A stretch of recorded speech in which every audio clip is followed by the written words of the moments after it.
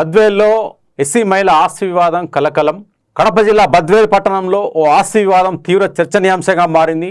ఇంట్లో బాడుగకు ఉంటున్న ఎస్సీ మహిళను కొందరు వ్యక్తులు బలవంతంగా ఇల్లు ఖాళీ చేయించారని ఆరోపణలు వెలువడ్డాయి. పూర్తి వివరాలు ఏంటో తెలుసుకుందాం. బద్వేల్ పట్టణంలోని మహమూద్ కాలనీలో ఉన్న ఒకే ఇంటికి సంబంధించి నాగిరెడ్డి సుబ్బారెడ్డి, బీజా వేముల రమణారెడ్డి మధ్య కొనసాగుతున్న ఆస్తి వివాదం ఉద్రిక్తతకు దారితీసింది.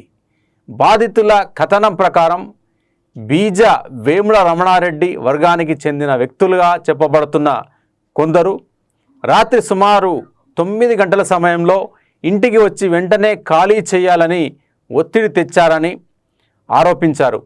తమ ఇంటి సామాగ్రిని సైతం సరిగ్గా తీసుకెళ్లేందుకు సమయం ఇవ్వలేదని బాధితులు వాపోయారు.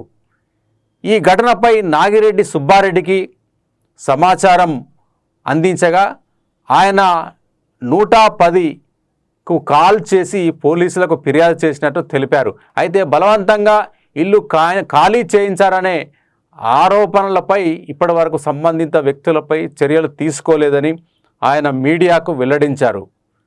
ఈ విషయంపై బద్వేల్ అర్బన్ ఇన్స్పెక్టర్ను వివరణ కోరగా ఈ వ్యవహారం ప్రస్తుతం డిఎస్పి విచారణలో ఉందని తెలిపారు. ఈ ఘటనలో ఎస్సీ మహిళకు న్యాయం జరుగుతుందా, విచారణలో ఎలాంటి విషయాలు వెలుగులోకి వస్తాయో వేచి చూడాల్సి ఉంది.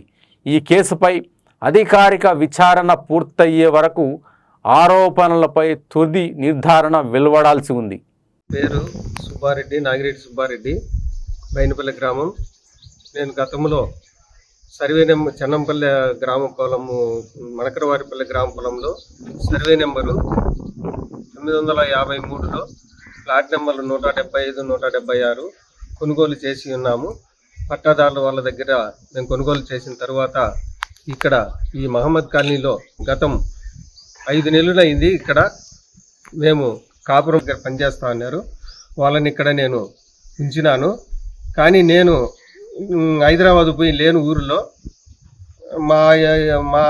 నేను పెట్టిన అతను కూడా, కుమార్ అనే అతను కూడా వేలాంగిని దేవుని దగ్గరికి పోయినారు. పోయిన తర్వాత ఆ రాత్రి లేని సమయంలో, మేమిద్దరం లేని సమయంలో వాళ్ళు ఇక్కడ విజయవేముల రమణారెడ్డి భార్య, కుమారులు మరియు కొంతమందిని తీసుకొని వచ్చి వాళ్ళను రకరకాలుగా హింసించి, ఆమె ఉదయం ఖాళీ చేస్తామన్నా కూడా వినకుండా దౌర్జన్యంగా ఆమెను నానా హింసలు పెట్టి చేయడం అనేది ఇది సమంజసం కాదు. రమణారెడ్డి అనేటటువంటి అతని జెన్యూన్గా కనుక ఉంటే ఎక్కడైనా ఆఫీసర్ల దగ్గరికి వచ్చి రుజువు దేవించుకోవాలి. కానీ ఇట్లా దళితుల మీద దాడి చేయడము, వారిని మరీ ఇబ్బంది పెట్టడం అనేది ఇది సమంజసం కాదు. ఈ విధంగా నా కాగితాలు నేను కూడా నా అన్ని జెన్యూన్గా, మొత్తం జెన్యూన్గా ఉన్నాయి. ఎక్కడికైనా కూడా వచ్చి రుజువు తేల్చుకోవాల్సిందిగా నేను ఛాలెంజ్ చేస్తున్నాను. ఈ విధంగా నా కాగితాలు జెన్యూన్గా ఉన్నా కూడా నన్ను ఈ విధంగా రకరకాలుగా ఇబ్బంది పెట్టి ఆమె మా ఇంటిలో నేను ఉంచినాను. కాబట్టి 5 నెలల నుంచి ఇంతవరకు ఎవరు ఆమెను అడిగిన దాఖలాలు లేవు. 27వ తేదీ రాత్రి ఈ మీద దాడి చేసి వీళ్ళను ఈ విధంగా చేయడం అనేది ఇది చాలా అసంభవంగా చేసి వీళ్ళని చాలా ఇబ్బంది పెట్టి వీళ్ళను చేసుకుంది. వీడియో వాళ్ళకందరికీ నా నమస్కారాలు. నేను ఉమ్మడి గల్లి కాడ సుబ్బారెడ్డి అన్న కాడ పనిచేసేది. వాళ్ళ ఇంట్లో మాకు బాడిగ లేదు అంటే ఇప్పుడు బాడిగ దొరకదు, మా అంతలేక మా ఇంట్లో ఉండండి అంటే 5 నెలలు అయింది నేను ఉండబట్టి. కానీ ఎవరే కానీ వీడికి వచ్చి నా ఇల్లు అని ఒక్కరు కానీ అనలేదు.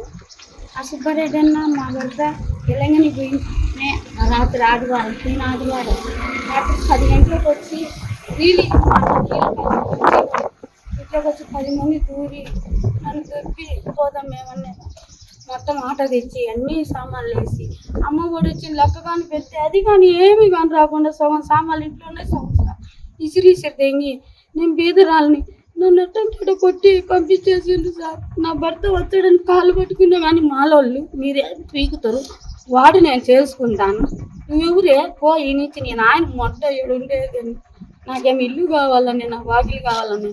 మేమేమో బాడికి వచ్చేవాళ్ళం, పూలు చేసి బతికాను. వాళ్ళు ఆస్తి నాకెందుకు? మీరు నాకు అందరు న్యాయం చేయండి. పడకపోతే ఎస్పీ చేసిన ఎస్పీ కరిగిన మేమే కానీ తీసుకోవాలి. బద్దలు పోలీస్ స్టేషన్ ఇచ్చిన వాళ్ళు కానీ కంప్లైంట్ తీసుకోవాలి. వాళ్ళు రాజకీయంలో ఉండరు అని అంటే మీ రాజకీయంలో పేద శాఖలను మాలను ఏం చేయరా?